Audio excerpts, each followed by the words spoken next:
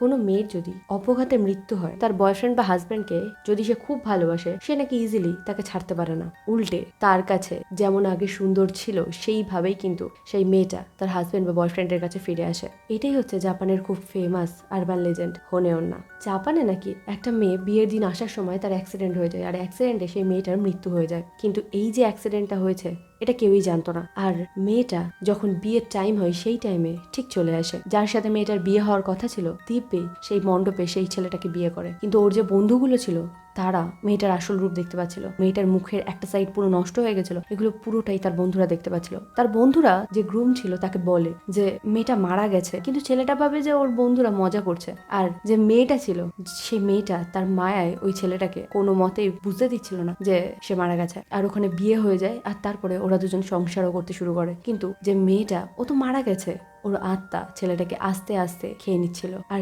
ছেলেটাকে শেষ পর্যন্ত কয়েকদিনের মধ্যেই মেয়েটা মেরে দেয়। আর তারপরে মেয়েটা ছেলেটার আত্মা নিয়ে মুক্তি পেয়ে যায়। এই জন্য জাপানে একটা জিনিস প্রচলিত আছে, যদি কাউকে হোনেওন্না ধরে, মানে যদি তার গার্লফ্রেন্ড মারা যায় বা ওয়াইফ মারা যায়, তবে সেই যে ছেলেটা তাকে খুব শক্ত হতে হবে। আর তাছাড়া ওর গার্লফ্রেন্ড বা যে ওয়াইফ মারা গেছে সেটা ওকে ওই ছেলেটাকেই বোঝাতে হবে, তবেই একমাত্র মেয়েটা ওকে ছাড়বে। না হলে কোনো মতেই ওর বাঁচা সম্ভব নয়। তবে যে ছেলেটা ছিল সেই ছেলেটা মেয়েটাকে তো খুব ভালোবাসতো।